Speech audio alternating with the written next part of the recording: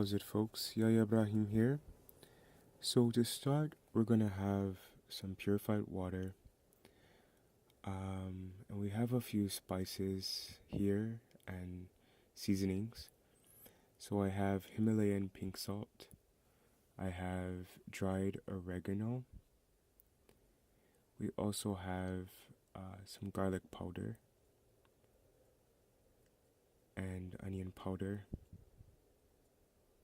And this is in the middle, that's extra virgin olive oil. You'll see we'll use that later in the crust recipe. This is a mixture of spelt and rye flour. You're more than welcome to use whole wheat flour if you wish. It has a bit more gluten.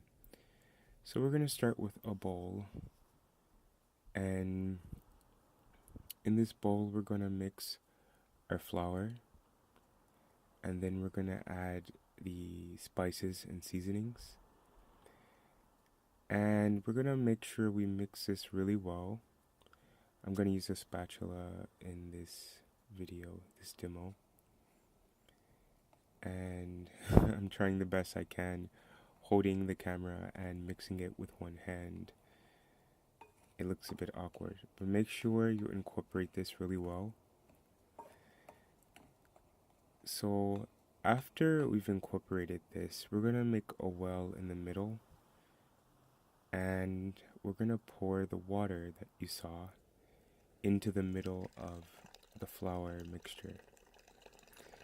Typically I would add this in a little at a time, but I'm working with one hand, so I just decided to add it all at the same time. I'll start mixing, starting at the center and working my way out. This just makes sure the liquid is evenly distributed before you start to knead the dough.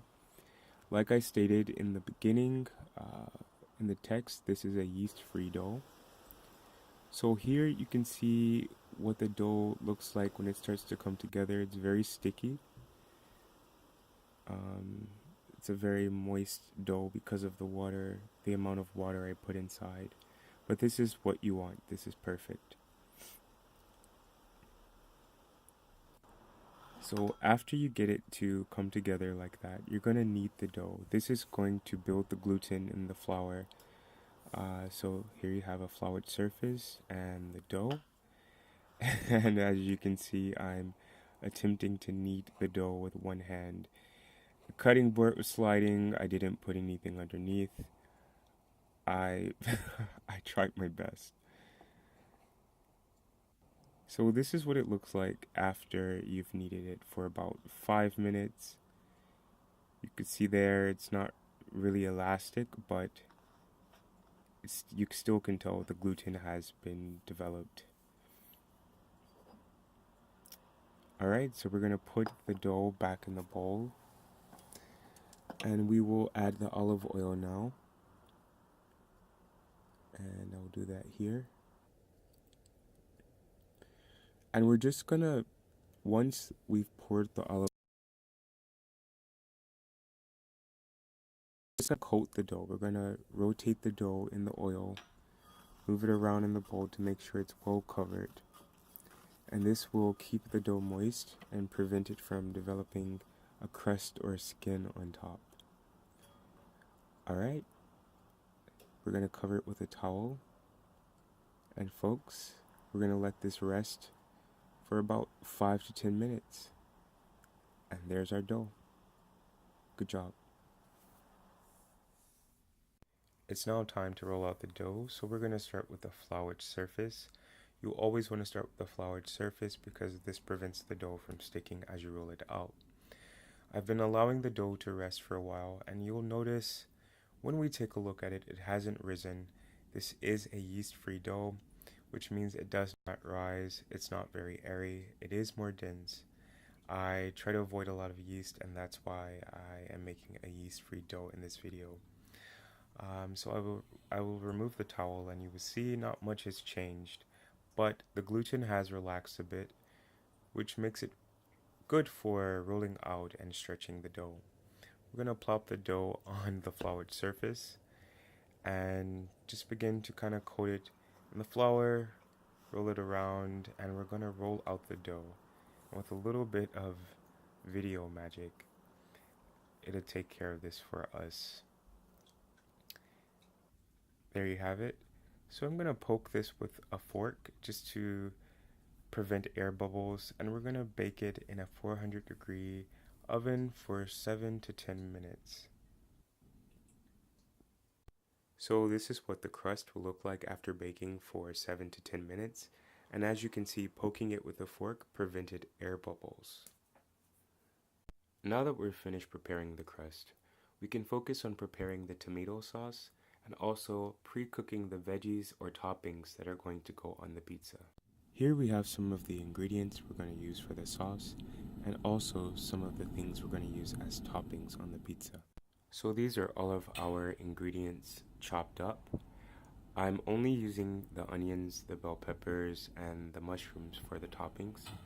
You really want to go with simple toppings. You don't want to overdo it. So I have a preheated skillet here. I'm going to add olive oil, and we're just going to saute these lightly. Not too long. You still want them to have a bit of crunch or firmness. We're just attempting to remove a lot of the water from the veggies in order to prevent the pizza from being smooth as it's cooking. So as you can see here, I sauteed them very lightly, and this is the finished product. To prepare the sauce, you want to start with a preheated skillet, and I'm just going to add some olive oil here. We'll start with the fennel seeds, just kind of lightly cooking them in the oil until they begin to sputter. And you can see that here. I next add the tomato and garlic, and you want to start to cook the liquid out of the tomatoes.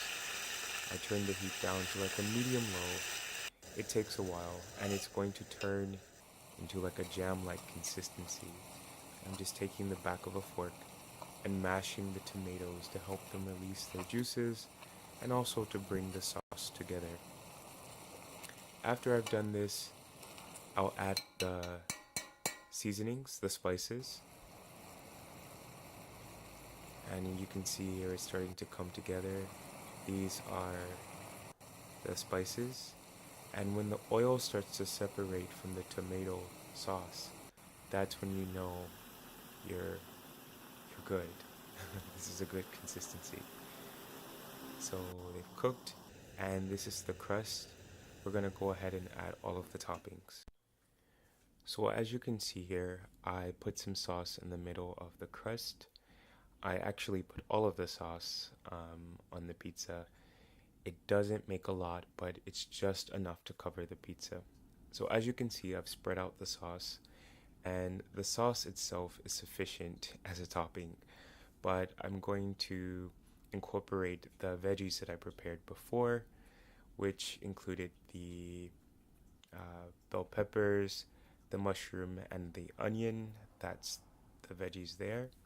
So we're just going to place this on top of the sauce, and we'll spread it across the sauce, lightly pressing it into the sauce after spreading it. At this point, you want to pop this into a preheated oven at 400 degrees for about 10 minutes. Pretty much everything is cooked, but we're just doing this to kind of caramelize the toppings.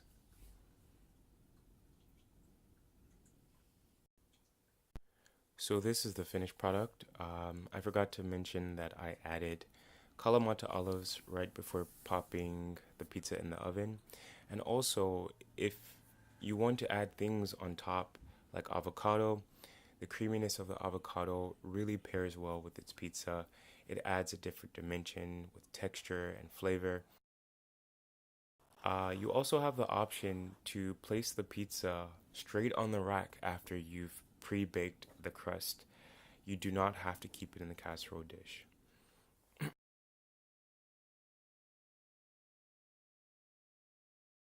That wraps up this video, folks. Remember to always eat to your health, live in bliss, and I will see you next time. Take care.